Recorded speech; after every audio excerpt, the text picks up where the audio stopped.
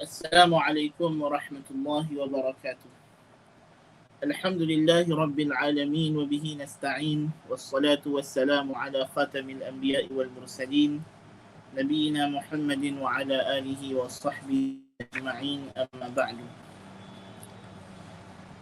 Para penonton, hadirin hadirat, para pelajar, semoga Allah Subhanahu wa taala merahmati dan memberkati kita pada pagi ini. Kita bermohon kepada Allah Subhanahu wa taala sentiasa untuk memberikan bimbingan dan petunjuknya kepada kita dan menetapkan kita di atas jalan keridaan. Allah Taala berfirman, يا أيها الذين آمنوا لا تحلوا شعائر الله ولا الشهر الحرام ولا الهدي ولا القلائد ولا آمين البيت الحرام يبتغون فضلا ولا آمين البيت الحرام يبتغون فضلا من ربهم ورضوانا وإذا حللتم فاصطادوا ولا يجرمنكم شنآن قوم أن صدوكم عن المسجد الحرام أن تعتدوا وتعاونوا على البر والتقوى ولا تعاونوا على الإثم والعدوان واتقوا الله إن الله شديد العقاب.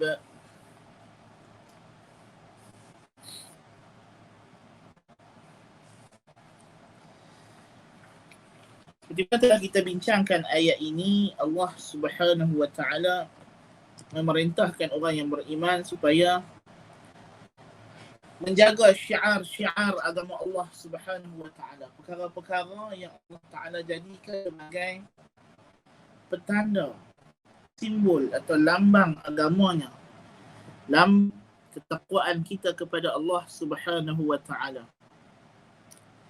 Menjaga kehormatan bulan haram, menjaga kehormatan al-hadyu, dan juga menjaga kehormatan orang yang pergi menunaikan haji ke Baitullah. Dan kita dah bincangkan bahawa hukum ini datang sebelum pemansuhan ataupun sebelum larangan orang musyrikin mengerjakan haji dan umrah. Maka Allah Ta'ala kata wala aminal baitul haram, dan jangan kamu gugat, jangan kamu ganggu mereka yang hendak pergi menuju ke Baitul Haram daripada kalangan orang kafir ketika itu. Dan jikalau ini adalah orang kafir, maka bagaimana dengan orang iman, orang yang beriman? Tentu lebih lagi mengganggu mereka, mencemarkan maruah mereka, merampas harta benda dan keamanan mereka dengan mengganggu gugat jalan perjalanan orang hendak pergi haji itu. Tentulah ianya satu pencerobohan yang besar ke atas syiar-syiar Allah Azza wa Jalla. Dan kita dah bincangkan berkenaan dengan wa idza halaltum fastadu, ianya adalah amru ibahah. Kemudian Allah Ta'ala kata janganlah disebabkan wala yajrimannakum syana'anu ay bughdu, kebencian kamu kepada satu kaum di mana mereka telah menghalang kamu daripada Masjidil Haram untuk kamu melampaui batas. Jikalau Allah Ta'ala melarang orang beriman melakukan kezaliman kepada orang musyrikin yang mencegah, yang menghalang, mencegah, menghalang orang beriman daripada masuk ke Masjidil Haram, orang musyrikin yang dalam keadaan itu perangai mereka yang terang-terang menzahirkan permusuhan kepada umat Islam. Kepada siapa? Nabi SAW. Kepada siapa? Kepada para sahabat radhwanullahi ta'ala alaihim ajma'in. Allah Ta'ala kata, وَلَا يَجْرِمَنَّكُمْ شَنَآنُ قَوْمٍ أَنْ صَدُّوكُمْ عَنِ الْمَسْجِدِ الْحَرَامِ أَنْ تَعْتَدُوا. Janganlah disebabkan, janganlah membawa akan kamu, wala yuksibannakum, la yajrimannakum ay yuksibannakum, la yuksibannakum, janganlah kamu terbawa-bawa diheret oleh syana'an ay bughdu, kebencian, qaumin ay bughdu qaumin, kebencian kamu kepada satu kaum, an saddukum, puncanya li'annahum, kerana mereka, saddukum, lisaddihim iyyakum, kerana mereka menghalang kamu, anil masjidil haram, daripada masuk ke masjidil haram, mengerjakan umrah, an ta'tadu, untuk kamu melampaui batas, melanggar batasan pada mereka, dengan kamu pula nak menghalang mereka daripada mengerjakan haji atau umrah. Seperti mana kita kata di antara diriwayatkan sebab nuzul itu bila para sahabat radhiyallahu anhum terhalang daripada masuk ke Mekah pada tahun Hudaybiyah, ya, pada waktu umrah Hudaybiyah itu, ada kelompok orang musyrikin yang datang juga melintas di kawasan di jalan itu nak pergi umrah. Jadi ada cadangan daripada kalangan sahabat untuk menghalang mereka itu daripada mengerjakan umrah, supaya sama-sama tak dapat buat umrah. Allah kata jangan buat begitu. Jangan kamu buat perkara yang sebegitu rupa. Kamu kena hormat syiar-syiar Allah. Jadi kalau ini perintah Allah kepada orang Islam, kepada sahabat, kepada Rasulullah sallallahu alaihi wasallam, untuk tidak zalimi siapa? Orang kafir, orang musyrik. Maka bagaimana kita hari ini selaku umat Islam, tak kira lah apa aliran pun, apa mazhab pun, apa sudut pandangnya pun, kita berkongsi rukun yang sama, berkongsi akidah asas dan akidah teras yang sama, ya, tiba-tiba kita saling menzalimi, perkara yang sangat nampak.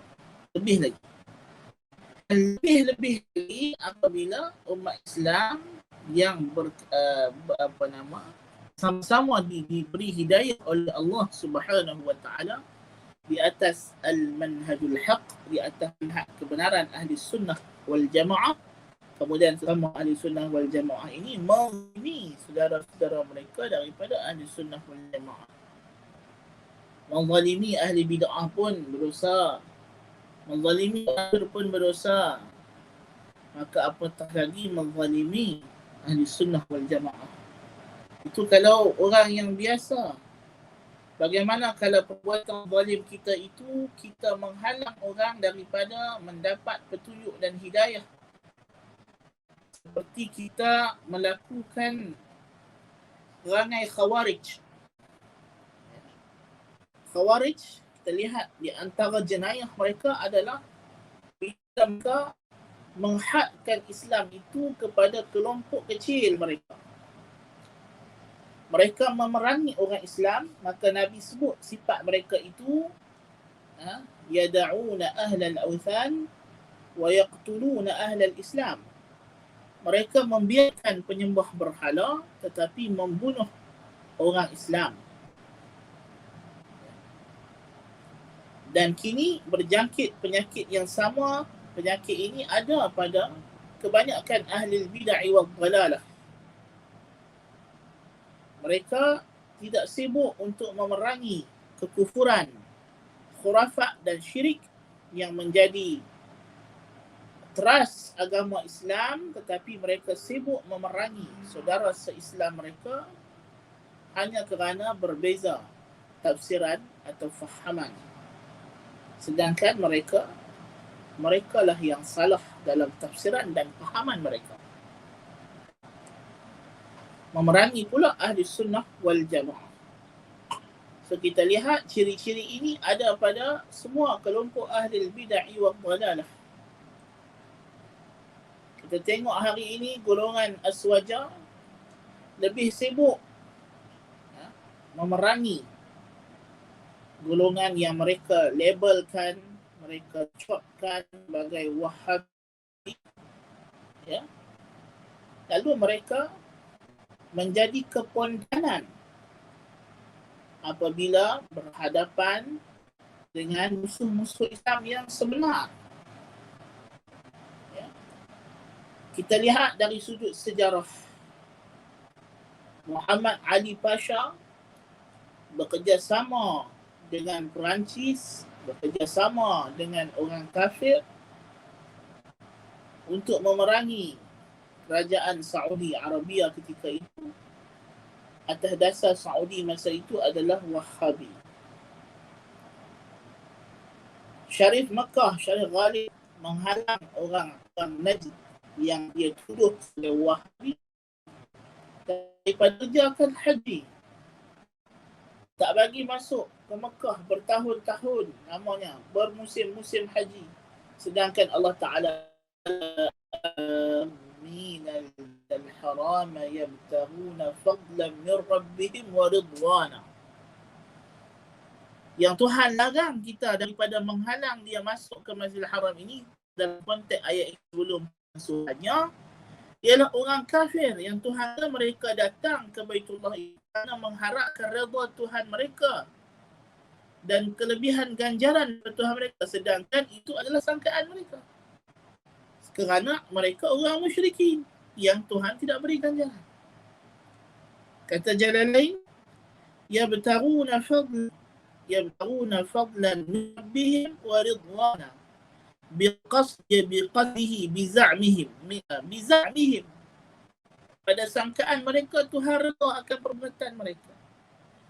Maka bagaimana pula dengan orang Islam yang hanya berbeza pegangan mazhab atau aliran dengan kamu, yang memang mereka ini ibadat mereka biiznillah, insya-Allah, pada asasnya, pada dasar kaedahnya Tuhan menerima ibadat orang yang beriman dan masuk dalam golongan yang Allah redha, di golongan Asy'ariyah Sufiyah ketika itu menghalang, tak bagi orang Islam Wahabi masuk mengerjakan haji dan umrah bertahun-tahun lamanya. Dan mereka berpakat pula, bersekutu pula kafir barat untuk memerangi kerajaan. Banyak kerajaan itu menegakkan hukum hakikat Allah Subhanahu wa taala. Bani Khalid, saya Wali Uyainah membunuh atau menghalang Muhammad bin Abdul Wahhab rahimahullah ta'ala daripada Uyainah hanya kerana Syekh Abdul Wahhab menegakkan syariat Allah, marjam terhadap penzina muhsan. Bila sampai berita itu kepada kerajaan Bani Khalid yang sudah mula mengikut rentak Turki Uthmaniyah yang menjadi sekular, ataupun mereka ini Bani Khalid ini golongan yang hanya berpegang dengan adat nenek moyang, maka mereka tidak boleh tahan. Dibayangkan, nasallallahu al-afiyah, kerajaan Mesir Muhammad Ali Pasha, tentera Mesir datang tembak cucu Syekh Abdul Wahab, Sulaiman ibn Abdullah bin Muhammad ibn Abdul Wahab, pengarang kitab Taisirul Azizil Hamid. Tembak sampai berkecai tak dia. Allahu akbar kabir. Tembak sampai berkecai jasad. Begitu kejam, begitu zalim, begitu ganas, ekstrim, hulu, dan itu takfir sekali golongan tersebut, membunuh ulama Islam, menumpahkan darah umat Islam. Musta'an. Hanya kerana mereka menegakkan syariat Allah Ta'ala. Manakala mereka pula hidup seperti orang kafir barat, seperti mana kata Al-Jabarti, dalam catatan sejarahnya, ketika mana tentera Mesir datang menyerang Saudi, mereka begitu heran apabila ketika perang sedang berlangsung azan, mereka tak tahu apa itu. Melihat orang Saudi salat ketika perang, salat khauf, salat syiddatul khauf, mereka jadi heran. Kerana Jabarti kata tentera Mesir sudah jauh dari amalan hidup Islam kerana mereka dilatih oleh tentera-tentera kafir, hidup cara kafir, cara barat. Bahkan tidak berkhatan, ya, tidak lagi kenal azan. Allahul Musta'an. Bayangkan, itu sejarah ni, mengetahui maklumat dan fakta sejarah ini memberikan kita keinsafan dalam membuat penilaian. Kan? Berapa kerat sangat mereka hak duk mulut lancang, tangan lancang, kucuk golongan yang mereka labelkan sebagai Wahabi itu. Yang reti sejarah. Sejarah tu nenek moyang dia pun dia tak tahu. Ini kan pula umat Islam yang lebih lama daripada itu. Ya. Tanya dia moyang dia apa pun dia tak tahu. Kan? Jadi apatah lagi cara Islam, kerana begitu malas Islam hari ini dilanda oleh pangalasan, kejumudan, kebodohan. Ya. Kita pun mereka pandai dalam macam-macam kebudayaan, tapi main agama jadi ya. Hakikat perasan diri kedik lah. Kan? Hakikatnya ramai yang bodoh dalam bab agama. Allahul Musta'an. Asas agama. Jangan kata bab yang kita tak cerita pasal bab yang tinggi-tinggi yang khusus untuk ulama. Itu kalau kita tak tahu pun. Tapi ini hukum hakam asas agama. Apa dan isu yang berlaku kalangan kan asas bukannya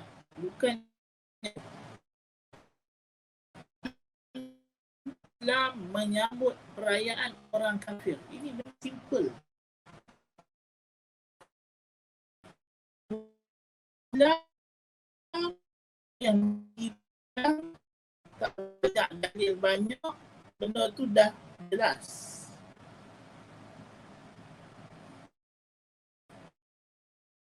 Tapi kenapa isu yang sebegini jelas masih lagi tak habis-habis? Setiap bulan, setiap minggu ada saja perayaan orang kafir di Malaysia ini. Maka sepanjang beriringan dengan itu juga polemik itu terus berlaku kerana kebodohan. Ya. Kerana tidak memahami Islam itu sendiri. Ya. Kerana kemalasan untuk belajar agama. Orang duk cerita ceruk pasal kemalasan pribumi malas waktu tak berjaya. Mereka kata orang Melayu di Malaysia ni miskin, menunjukkan gagal. Bukan sahaja miskin dunia, miskin akhirat.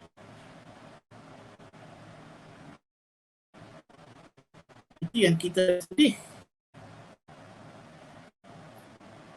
Bahkan itulah punca kenapa mereka mundur dari segi dunia. Kita kalau dah mundur dari segi agama, dunia juga akan mundur.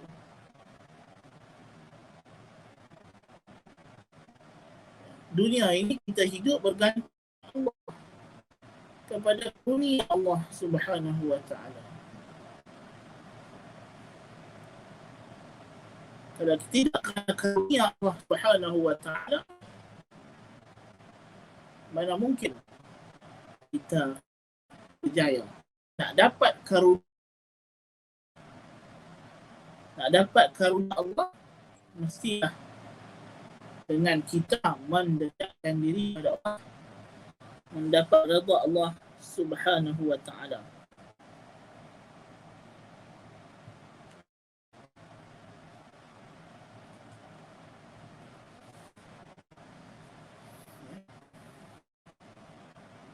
Itu perkara yang pasti. Balik kita ada banyak kita tengok. Kita nak ambil ibrah, tafsir kita baca lepas. Jadi kalau begini perintah Allah Ta'ala untuk kita tidak melanggar batas, tidak i'tidak kepada orang kafir. Kita lihat hari saban hari, setiap hari berlaku i'tidak, berlaku batas menzalimi yang sangat-sangat, bukan zalim yang biasa-biasa, yang berlebih-lebihan dikenakan kepada golongan yang berpegang dengan manhaj salafi ahli sunnah wal jamaah. Dan ini adalah subhanallah, ada orang aswaja ataupun yang menggelar diri mereka Asy'ariyah Maturidiyah, nak puji ulama ahli sunnah wal jamaah susah, nak sebut kebaikan ulama salafi payah, yang dia cerita hari-hari hanyalah yang negatif. Tapi boleh puji, boleh puja melangit Aristotle, Plato, yang mereka ini adalah a'immatul kufri wal dhalalah, imam-imam kufur dan kesesatan. Ubadul wathan, penyembah berhala. Nasallallahu al-afiyah. Bila mai dengan ahli sunnah wal jamaah, orang Islam, ahli qiblah, bukan main lagi taring ringan. Ya, dengan ulama-ulama salafi yang mereka cop sebagai wahabi, kerjanya hanya menghina, mengutuk. Ya, tapi bila datang tokoh-tokoh kafir, a'immatul kufri wal dhalalah, imam-imam kufur dan kesesatan, seperti Aristotle, Plato dan sebagainya, mereka ini boleh puji. Bahkan ada yang menganggap Aristotle sebagai imam tauhid. Ini dalam kalangan Mu'tazilah dan Sufiyah Batiniyah. Nasallallahu al-afiyah. Ini adalah satu, kita kata, intikas, keterbalikan. Nasallallahu al-afiyah. Intikas. Kita hilang sifat rahmat dengan ahli qiblah, dengan saudara seiman. Innamal mu'minuna ikhwah. Hanya sahanya orang beriman itu sahajalah yang bersaudara. Ukhuwatul iman. Ya ayuhan nasu inna khalaqnakum min dhakarin wa untha ja'alnakum syu'uban wa qabaila lita'arafu inna akramakum 'indallahi atqakum. Ukuran yang Allah Ta'ala kita ini dengan taqwa, dengan iman, dengan Islam. Ya. Itu yang menjadi nilai ukuran. Tapi kita begitu bengis dengan ahli qiblah. Ya. Tetapi bersikap lunak, bersikap lembut, sehingga kan gigi lebih lembut daripada lidah bila berhadapan dengan orang kafir.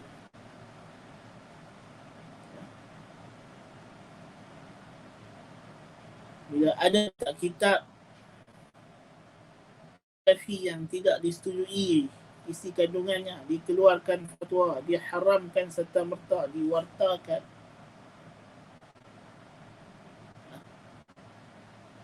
dan orang kafir nak keluar nasihat umum supaya orang Islam berpegang dengan akidah Islam dan berhati-hati pun tak boleh, tak berani. Hilang taring, hilang gigi. Yang kata taring, gigi hilang. Gigi pun hilang. Yang kata apa nama, kuku yang tajam, yang kata kuku tumpai pun tak hilang terus. Lebih penakut daripada Allahul Musta'an. Allahul Musta'an. Bila ajaran sesat berleluasa dan mengeksploitasi pihak-pihak yang sepatutnya menjaga akidah umat Islam, tidak berani. Kerana apa? Kerana itulah masalah perangai yang Nabi sebut. Ciri-ciri Khawarij yang juga terkenal pada semua ajaran yang menyimpang daripada Ahli Sunnah wal Jamaah, yada'una ahlal awthan wa yaqtuluna ahlal Islam. Mereka membiarkan orang kafir tapi memerangi dan membunuh orang Islam. Hakikatnya inilah apa yang kita tengok ada pada mana-mana golongan menyimpang, baik di Malaysia, baik di mana, dalam sejarah maupun realiti hari ini. Allahul Musta'an. Kita tengok dalam sejarah umat Islam ada golongan, ada firqah yang sanggup memuja Ibn Arabi At-Ta'i, Imam Wahdatul Wujud, menganggap dia wali dan sebagainya, tetapi mencemuh, menghina, mencela, menzalimi Syekhul Islam Ahmad ibn Abdul Halim ibn Abdul Salam ibn Taymiyah Al-Harrani rahimahullah ta'ala wa radiyallahu anhu. Beliau dihina, dizalimi, ditangkap, dipenjara.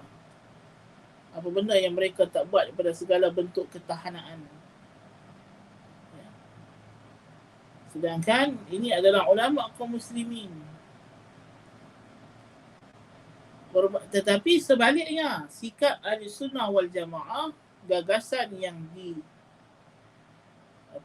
dipertahankan dan diperjuangkan oleh Syekhul Islam Ahmad ibn Abdul Halim ibn Abdul Salam Abul Abbas ibn Taymiyah Al-Harrani Al-Hafid rahimahullahu ta'ala wa radiyallahu anhu wa ardah,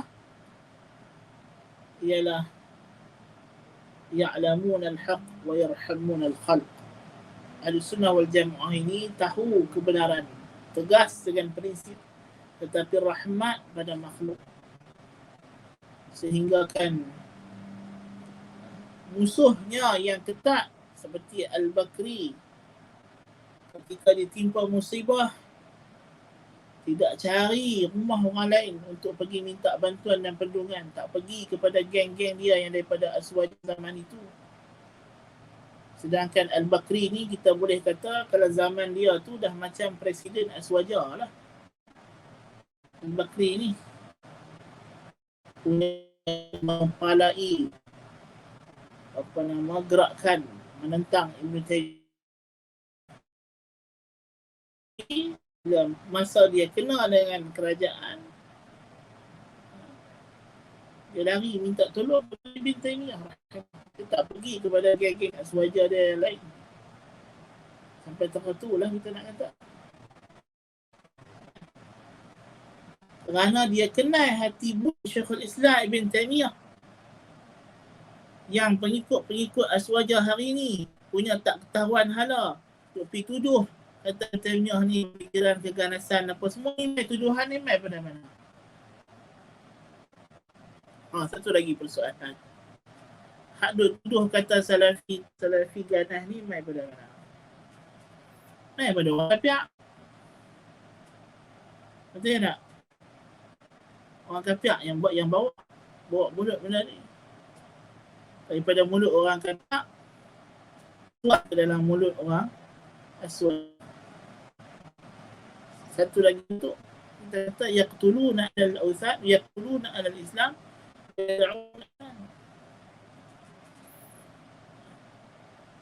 lebih percaya orang kafir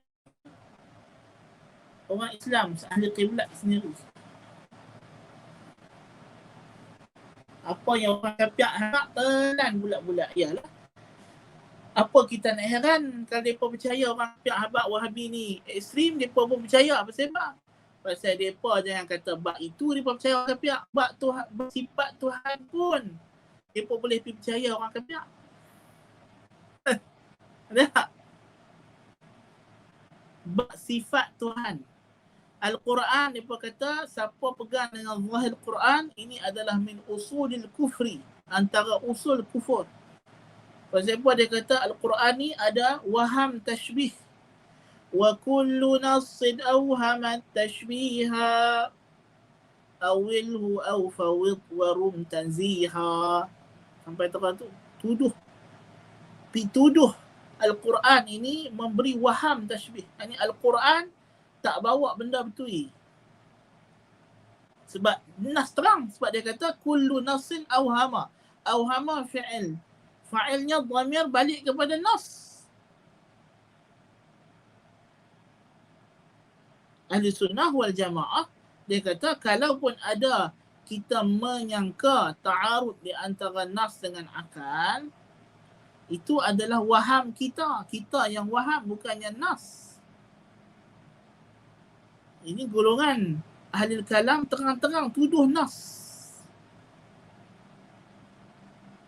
Dia tuduh nas. Dia kata nas tu yang memberi waham tashbih. Dalam lafaz yang lain dia berkata muhimatun. Muhimah fa'il. Fa'il. Yani fa'il, yani nas itulah yang membuat waham. Nas'alullah al-afiyah.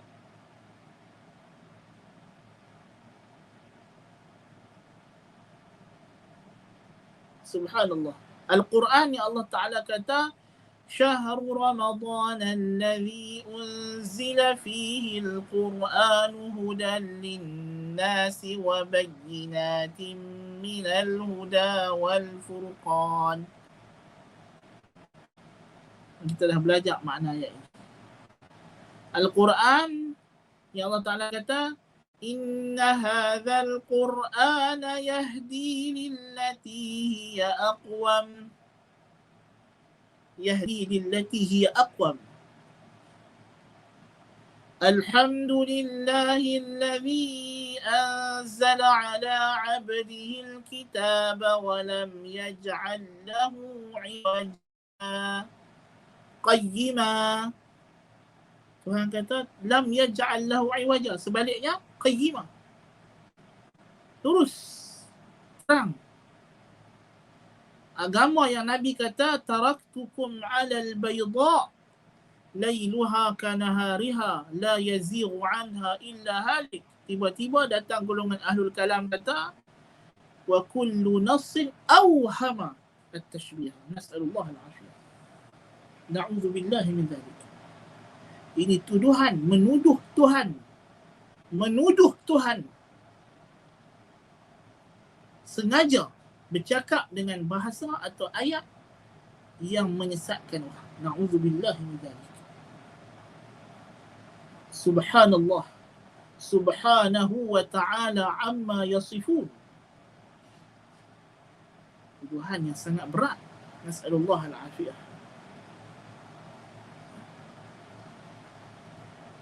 Nas Al-Quran tak mau percaya. Tapi a'immatul kufri wal dalalah, imam-imam kufur, Plato, Aristotle, Plotinus, ini dijulang, diangkat, dipuji. Allahul musta'an. Allahul musta'an. Nas'alullah al-afwa wal afiyah. Walaupun masalah ni memanglah kita tak nafi, ada perinciannya. Tapi apa yang anda bincang di sini ialah asas.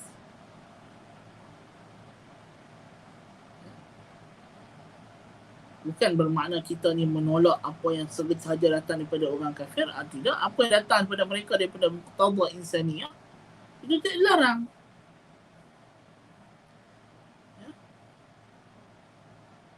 Tapi Percaya orang kafir lebih daripada Tuhan. Percaya orang kafir lebih daripada orang beriman. Adakah ini sikap ahlul iman? Itu persoalan yang kita timbulkan di sini. Ya? Itu persoalannya. Kerana sekarang mereka bukan sekadar mengambil faedah, bukan sekadar mengambil orang kata apa, sebagai hujah-hujah sokongan daripada pandangan-pandangan akal ahli falsafah Yunan, tetapi mereka menjadikan pandangan-pandangan akal ahli falsafah Yunan itu teras agama. Itu poinnya. Mereka jadikan itu sebagai usuluddin. Mereka jadikan itu sebagai mi'yar lil haqqi wal butlan, penentu antara hak dan batil. Bahkan mereka jadikan itu sebagai hakim, qadhi atas kalam Allah dan kalam Rasulnya sallallahu alaihi wasallam. Ya. Adakah prinsip yang sebegini rupa selari dengan apa yang kita belajar daripada pengajaran ayat ini? Ini perkara yang kita kena renung-renungkan. Kan? Kemudian Allah Ta'ala kata, وَتَعَاوَنُوا عَلَى الْبِرِّ وَالتَّقْوَى وَلَا تَعَاوَنُوا عَلَى الْإِثْمِ وَالْعُدْوَانِ وَاتَّقُوا اللَّهَ إِنَّ اللَّهَ شَدِيدُ الْعِقَابِ. Dan bertolong-tolonglah kamu atas al-bir, ay fi'li ma umirtum bih, melakukan apa yang kamu disuruh akannya oleh Allah. Hendaklah kamu saling bantu-membantu.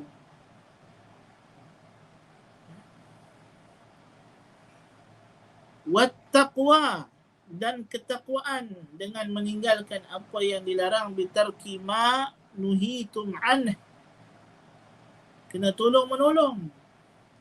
Inilah sikap orang beriman. وَلْتَكُنْ مِنْكُمْ أُمَّةٌ يَدْعُونَ إِلَى الْخَيْرِ وَيَأْمُرُونَ بِالْمَعْرُوفِ وَيَنْهَوْنَ عَنِ الْمُنْكَرِ. Kita disuruh menjadi umat yang menyuruh kepada ma'ruf, mencegah daripada munkar. Adapun sebaliknya, yang ya'muruna bil munkari wa yanhauna 'anil ma'ruf, ini adalah ciri-ciri orang munafiqin dan munafiqat. Nas'alullah al-'afwa wal 'afiyah.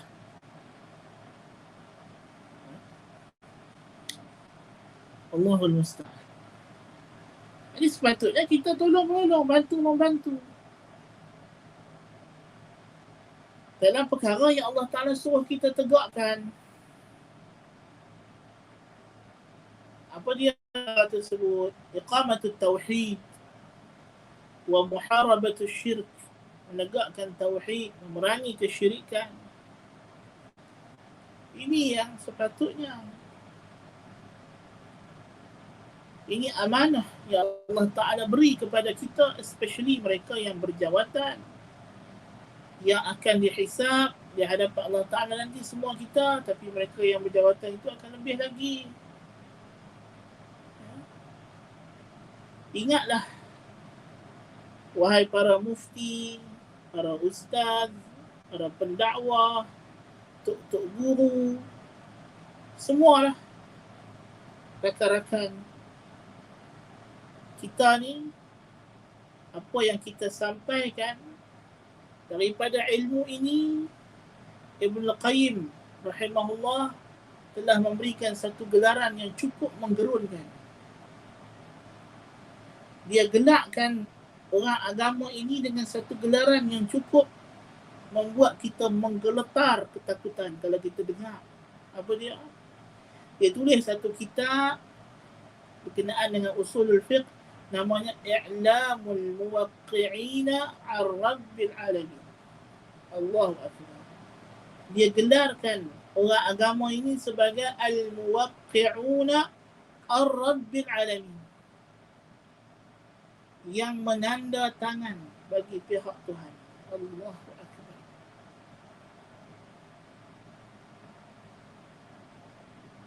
Kita kalau BP bagi pihak kita sign untuk bos kita, untuk siapa, kalau silap, tak kena gaya, tak betul, siap, bahaya menanti, hukuman yang berat.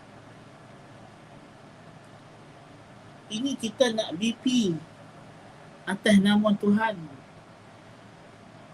Ayuhal ikhwah, ya ikhwatal iman, ya, التوقيع الرب العالمين ليس بهين تحسبونه هينا وهو عند الله عظيم. Kamu mungkin anggap benda itu remeh, tapi dia besar. Bila kamu duduk di meja penceramah di masjid apa semua, pakcik-pakcik, makcik-makcik, abang-abang, adik-adik, kakak-kakak, anak-anak yang di depan ini telah memberikan kepercayaan untuk kamu menyampaikan kepada mereka apa dia? Al-birri wat taqwa. Al-bir wat taqwa. Apa yang Tuhan suruh, apa yang Tuhan larang. Jadi bila nak habaq, nak bercakap, fikirlah dalam-dalam. Fikir dalam-dalam. Setiap butir kata, setiap perkara yang disampaikan, sebelum anak-anak murid kita catat, tulis ma yalfidhu min qawlin illa ladaihi raqibun atid.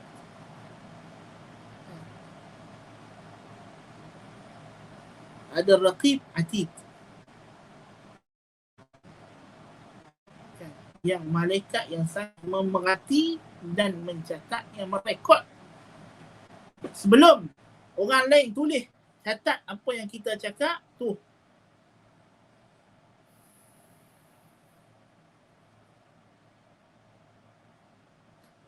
Duk tunggu lebih awal lagi dia perekod, dia pencatat. Allahu Akbar.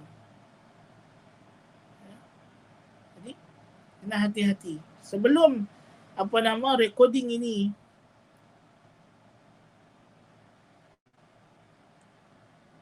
Suara putih, mungkin internet tak apa nak. Sebelum recording ni berjalan, ini pun walaupun kita kata live dah, dia ada selang masa berapa minit kan? Selang masa minit. Kalau kita recording di Dewan tak, depan nanti bubuh pula rekod suara kat meja.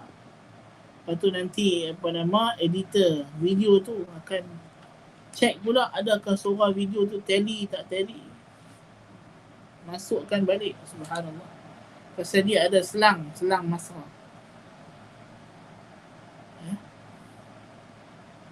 Tapi malaikat on the spot.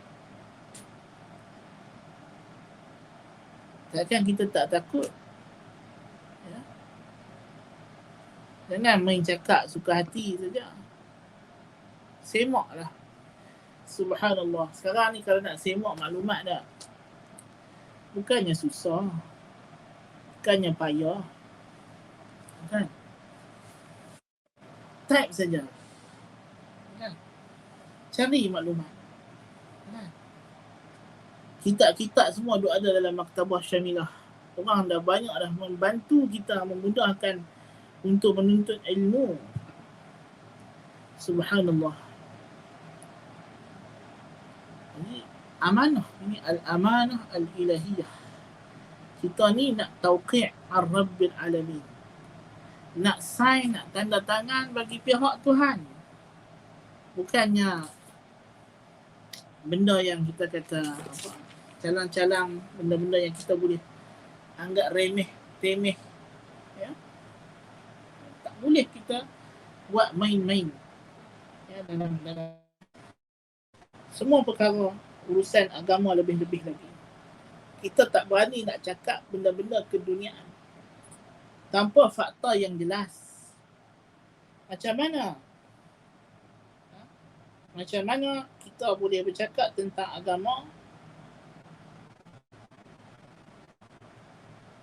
ya, tanpa kita memastikan dahulu kesahihan. Ini golongan agamawan, tolonglah. Subhanallah, ini mencemarkan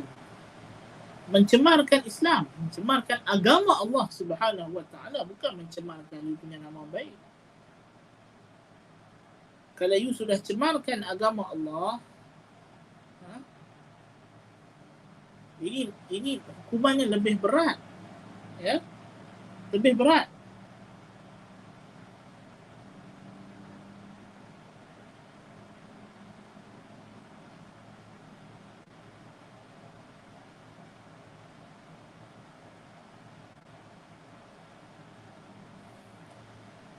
Allah Ta'ala ancam Nabi sallallahu alaihi wasallam. Nabi sallallahu alaihi wasallam, Allah Ta'ala kata apa? Walau taqawwala alaina ba'dal aqawil.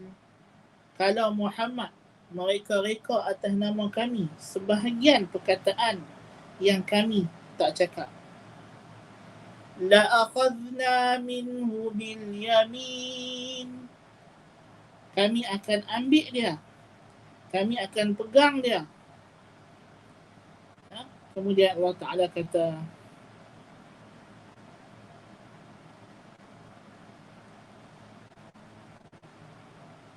ثُمَّ لَقَطَعْنَا مِنْهُ الْوَتِينَ, kami akan potong, kami akan putuskan urat jantung. Nas'alullah al-afiyah. Allah Ta'ala ancam, dia kata kalau Muhammad itu sendiri bercakap satu benda yang aku tak kata, dia pergi kata, aku kata, aku akan potong urat jantungnya. Itu Nabi Muhammad, kekasih agung, Khalilullah. Inna Allah qad ittakhadhani khalilan kama ittakhadha Ibrahim khalila. Sesungguhnya Allah telah menjadikan aku kekasih agungnya seperti mana Allah jadikan Ibrahim kekasih agungnya. Nabi SAW kata. Nabi Muhammad SAW. Jadi kita yang bergelak konon-konon ustaz, yang bergelak konon-konon mufti, tok guru ni, apalah sangat di sisi Allah Ta'ala. Tak ada nilai pun, ya? Tak ada nilai pun. Dan itu ancaman daripada Allah. Nabi SAW juga menyampaikan ancamannya daripada Allah Ta'ala.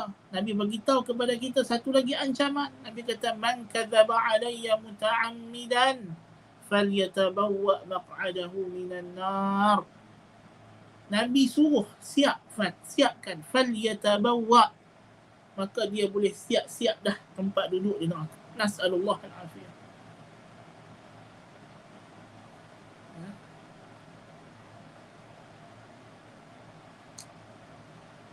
Takkanlah kita tidak mau lagi berhati-hati dalam menyampaikan, ya, agama Allah Subhanahu wa taala. Kalau dah begitu, wa ta'awanu 'alal birri wat taqwa wa la ta'awanu 'alal itsmi wal 'udwan, dan jangan kamu bertolong-tolong dalam perkara dosa dan melanggar undang-undang Allah. Larang kita membantu dalam perkara maksiat, ya? Allahu Akbar. Di bulan puasa, ya, kita puasa bulan Ramadan, puasa wajib, kita tak boleh, dilarang memberi makan kepada orang kafir. Walaupun kita tak boleh halang kalau dia nak makan, tapi kita tak boleh tolong, tak boleh jual, tak boleh masak dekat dia makanan.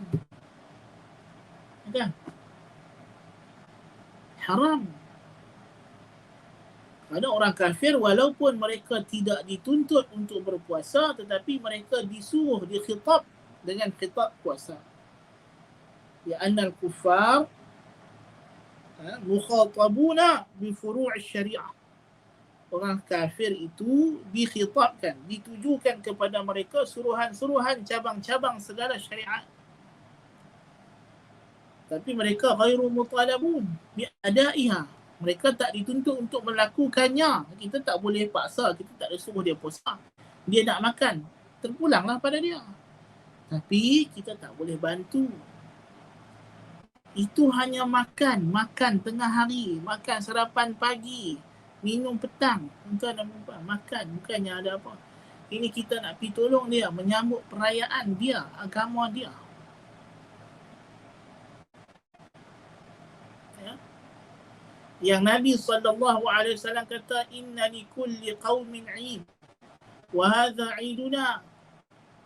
Semua orang, semua kaum, semua agama ada perayaan tersendiri. Ini adalah perayaan kita. Allahul Musta'an. Kita hari ini, bulan 7 ni, bersamaan dengan kita nak menyambut Al-Aidul Akbar, perayaan terbesar dalam Islam. Perayaan terbesar dalam Islam. Ya. 13 hari raya. 13 hari raya. Subhanallah. Ya. Daripada 1 Zulhijjah, start dia punya, orang kata apa, bahang-bahangnya perayaan itu. Ya. Sampai ke muncaknya 10 Zulhijjah. Ya.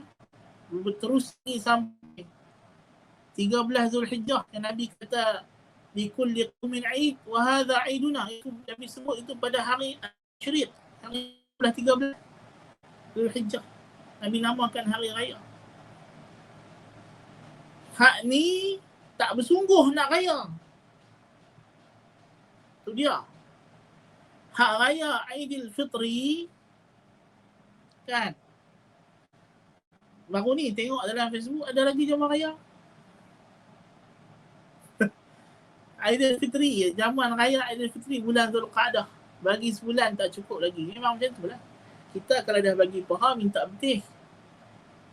Bagi petih minta paha. Macam tu lah. Kan? Bagi serelung nak dua. Ya? Subhanallah.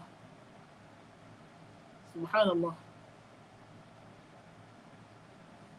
Kalau nak cerita pasal adat, dia kata perayaan tu mereka dah anggap adat. Berapa ramai, berapa orang umat Islam di Malaysia ni, jangan kata raya. Semayang pun sebab adat. Arak pun sebab adat. Berapa ramai umat Islam di Malaysia ni? Kan? Semayang tu sebab malu Allah kat orang. Jadi biasa semayang. Jangan kata raya. Raya Aidilfitri. Tengoklah raya Aidilfitri. Berapa ramai yang menyambut Aidilfitri sebagai ibadat. Berapa kerat. Berapa orang yang menyambut Aidilfitri sebagai ibadat, sedangkan Aidilfitri memang ibadah dalam Islam, memang perayaan agama, bukan perayaan orang Melayu. Dia perayaan agama. Ya. Kalaulah anggapan pengikut satu agama itu telah berubah terhadap ritual agamanya, memberi kesan, akan beri kesanlah kepada Aidilfitri. Tak ada. Aidilfitri di sisi hukum syarak tetap perayaan agama. You punya anggapan tidak mengubah ia sebagai agama. Sebagai agama. Christmas hari ini di negara, kebanyakan negara-negara yang majoritinya atheist sambut Christmas sebagai adat.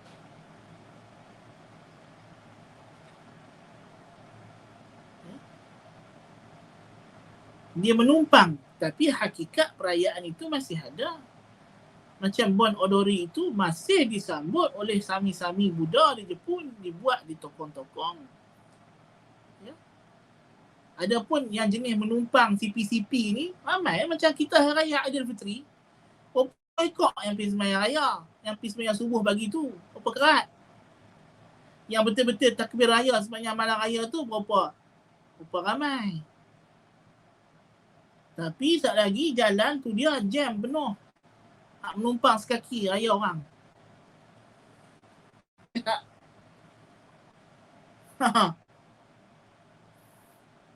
Adakah itu mengubah hakikat Aidilfitri itu? Ni nak raya haji ni, berapa orang yang korban? Ya? Tak simpan pun. Ya? Tak ada perancangan nak buat korban pun, padahal korban ni ibadat tahunan. Macam puasa. Haji sekali semua hidup, korban ibadat tahunan.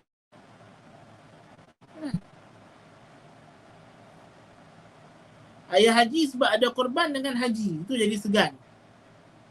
Jadi tak ada lah banyak maksiat bila sambut raya haji. Soal agama.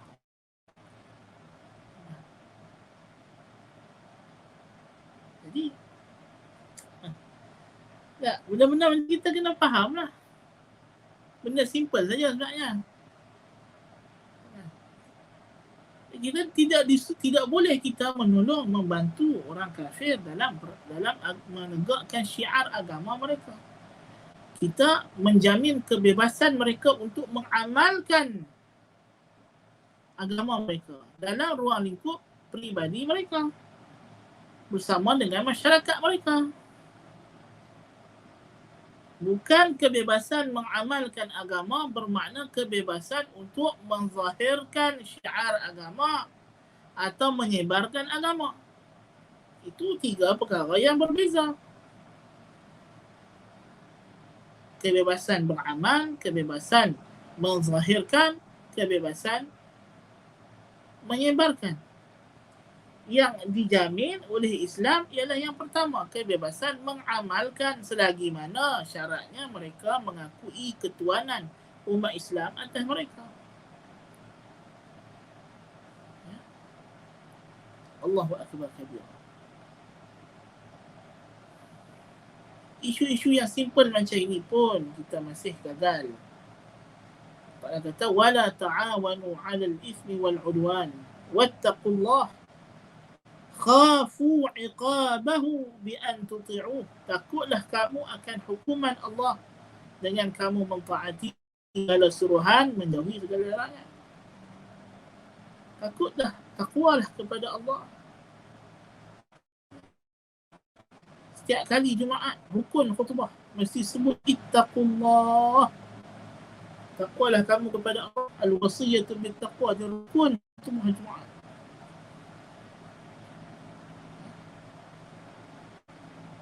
Inna Allah syadidul iqab ay liman khalafa. Sungguhnya Allah itu amat berat, amat dahsyat hukumannya, yakni bagi sesiapa yang menyelisihinya. Jadi kita kena ingat, Allah ni berat hukumannya. Walaupun dia rahmat, dia maha karunia, tetapi dalam masa yang sama, kalau kita berhaka kepadanya, tidak ada yang boleh menghalang daripada azab Allah kena kepada kita. Nas'alullah al-'afwa wal-'afiyah. Nastaghfirullah wa natubu ilaih. Jadi inilah sebahagian daripada pengajaran yang dapat kita ambil daripada ayat kedua daripada suratul Maidah. Naktafi bihadzal qadar. Na'am. قلت لكم ما سمعتم سبحانك اللهم وبحمدك أشهد أن لا إله إلا أنت أستغفرك وأتوب إليك وصل اللهم على نبينا محمد وعلى آله وصحبه وبارك وسلم والسلام عليكم ورحمة الله وبركاته.